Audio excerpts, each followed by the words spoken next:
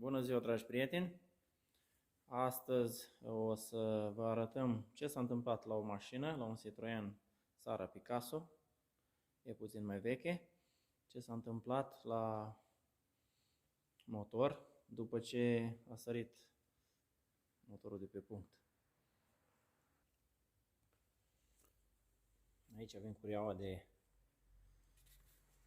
accesorii, cureaua de transmisie. Vedem că este destul de distrusă și o parte din ea, dacă se poate observa, pe margine a început să se desfacă și aceste bucăți de față care o conține cureaua s-au băgat pe lângă această folie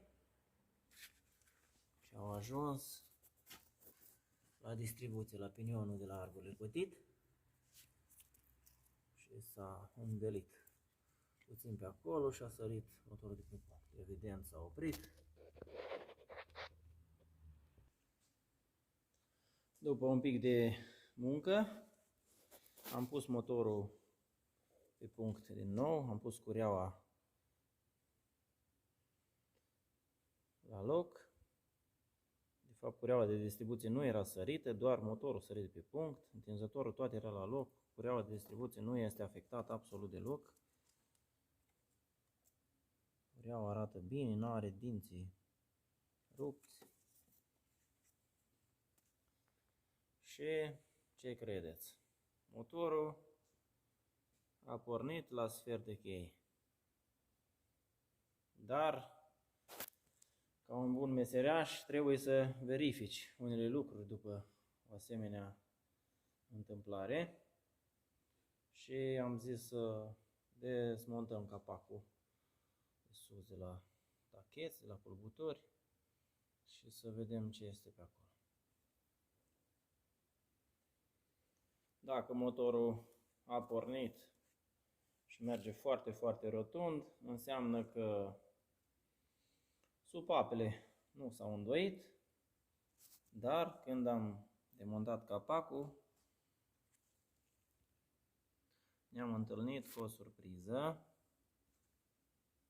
Tacheții, deși motorul funcționa, după cum vedeți, era aproape rupt acest culbutor, pardon, nu tachețe, asta este culbutor, tachetul o să vă arăt imediat cum arată. Acesta l-am găsit exact așa, aproape din cauza vibrației și fiindcă are fisură. Deci 3-4 tacheți o să trebuiască schimbați noi. Am mai avut acest gen de problemă la un Fiat care avea același motor și din experiență supapele nu se îndoaie, cedează culbutorul, la care a venit cu distribuția tot așa, cureaua de distribuție ruptă. Am pus culbutorii și mașina merge și în ziua de astăzi. Aici putem vedea tacheții. Acesta este un tachet hidraulic care o să trebuiască dezamorsat înainte de pornire. În altă ocazie o să vă arăt cum se face și dezamorsarea unui tachet, pentru că el trebuie să fie gol în momentul pornirii după o asemenea lucrare. O să vă arăt cum se pune și distribuția pe punct. Acum o să punem culbutorii la loc.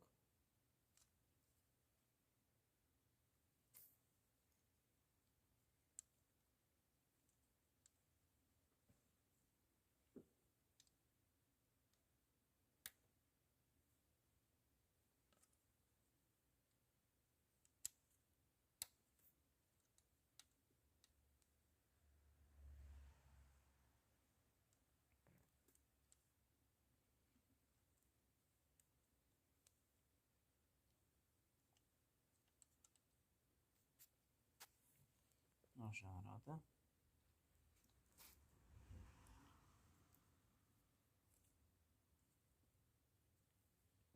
Aranjăm bine să nu sară de pe cap la supapă, să fie toți puși la locul lor, după care punem axa cu came. Punem puțin ulei pe fiecare.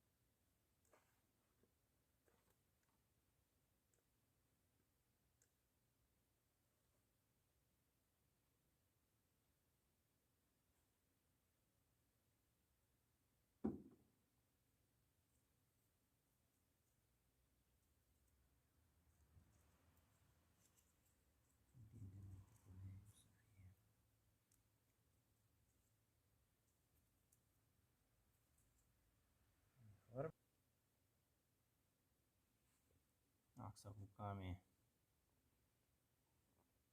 trebuie să ne asigurăm că este cu pana la ora 12, pe care punem capacul de la axă. Așa arată piesa care vine deasupra axei cu came.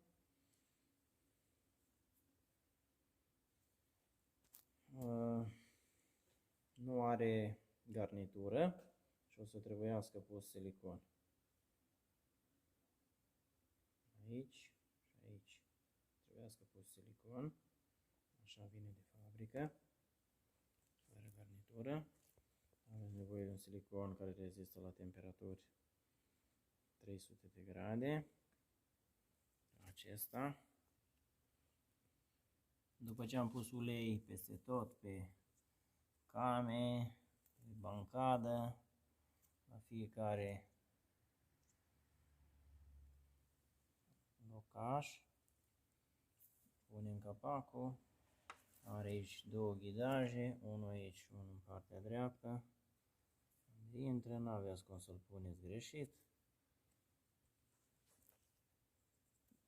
După care punem șuruburile.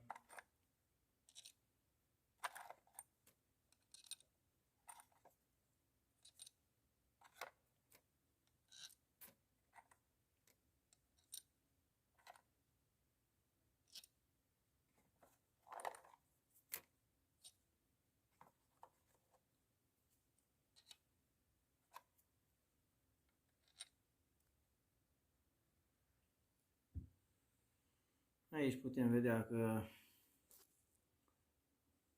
capacul suportului arbului cu came se strânge la 10 N.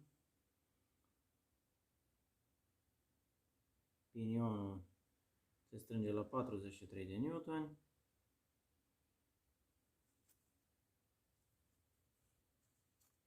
Aplicăm un cuplu de strângeri de 10 N. Strângem încrucișat.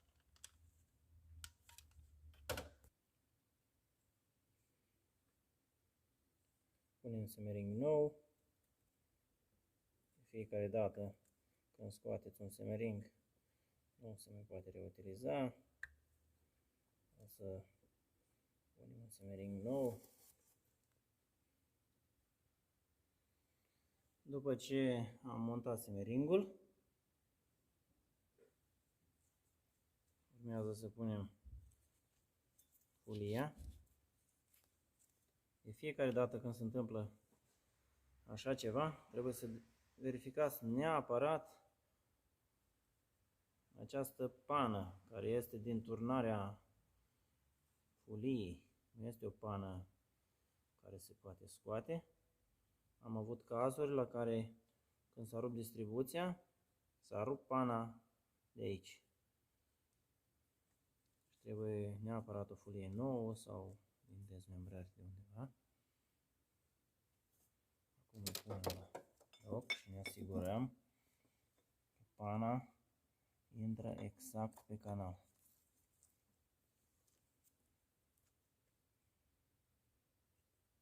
După ce am fixat șurubul, vedem că acolo mai jos, în spate,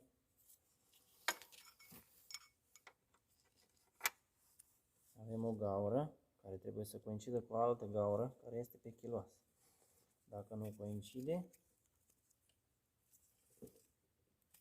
mișcați puțin de arbore sau vă uitați cu o oglindă. Așa. Vă uitați cu o oglindă să vedeți dacă găurile coincid. Apoi strângem șurubul.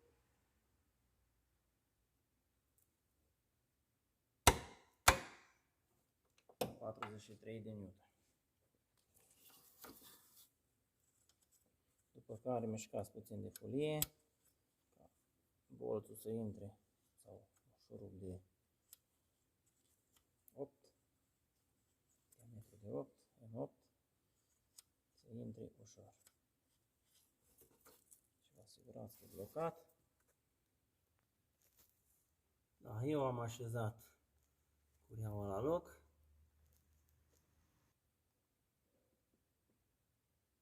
Sistemul de întindere este unul mai vechi, rudimentar. Aveți nevoie de un pătrat de 8 și cu o cheie de tot de 8.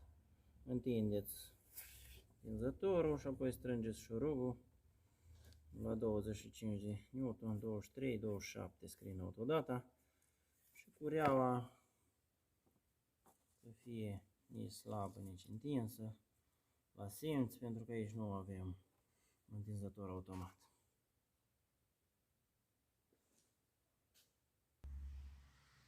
Acum o să vă arăt punctele de sincronizare ale motorului. Deci axa cu came, cum v-am arătat, se blochează aici și aici e foarte greu să vă arăt. Trebuie multe lucruri dezmontate ca să poți să bagi un bolț de 6 la volantă, unde este punctul arborului cotit. Eu mi-am făcut o șmecherie într-un fier beton de 6, știu exact unde e orificiu, dau așa niște furtuni la o parte, învârt de motor și când intră, îl arăt acum cum e, pentru că eu deja am terminat distribuția. Așa, mi-am făcut un fier de 6 lung, îl bag acolo și foarte ușor blochez arborele. Iar pompa de injecție nu are punct, ea are ceva vopsea când am mai schimbat cineva distribuția, un semn aici, dar acest tip de pompe pe jos Citroen nu au punct efectiv, puteți să puneți în orice poziție, mașina pornește foarte bine și nu afectează.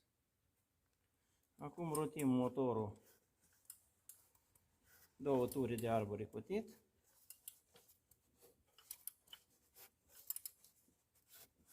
Sau o tură de axă cu came până o să ne ajungă orificiul în același loc de la axa cu came. Acum se poate vedea mai bine orificiul.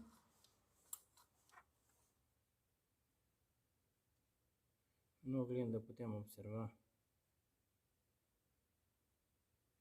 cum orificiul de la axa cu came și cu cel din chiloasă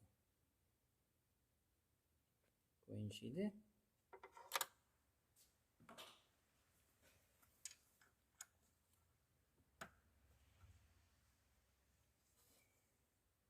Băgăm bolțul și aici îl avem blocat. Scoatem bolțul și veți vedea că aici suferă o mișcare. Înseamnă că aici avem motorul blocat. Nu mă las să învârt. decât o mică mișcare. Am pus capacul, după care îi dăm 10 N. Apoi punem senzorul de la axa cu came.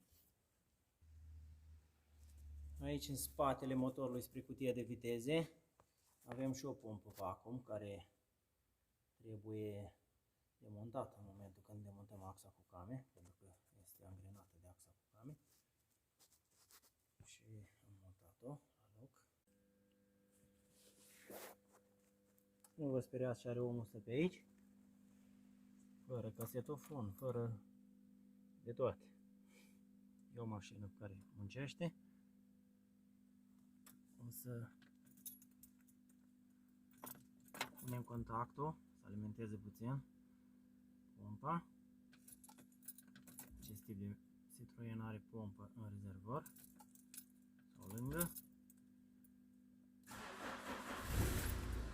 După cum vedeți, mașina a luat-o la sfert de cheie.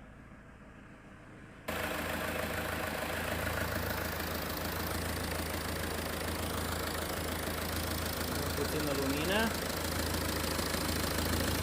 Când porniți motorul fără culie, este pericol să sară cureaua în afară.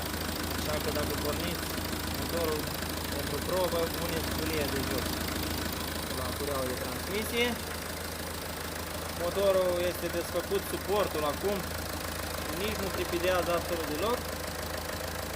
Merge foarte, foarte bine.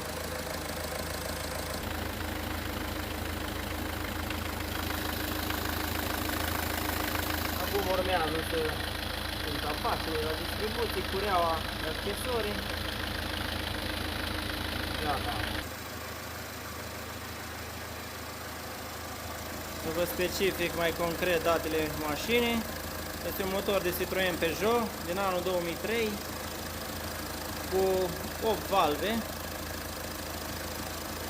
Este ediția fără 16 valve. Cam atât. Acest motor îl găsiți pe Suzuki Grand Vitara în 2001-2003, pe Fiat Ducato, pe mai multe mașini.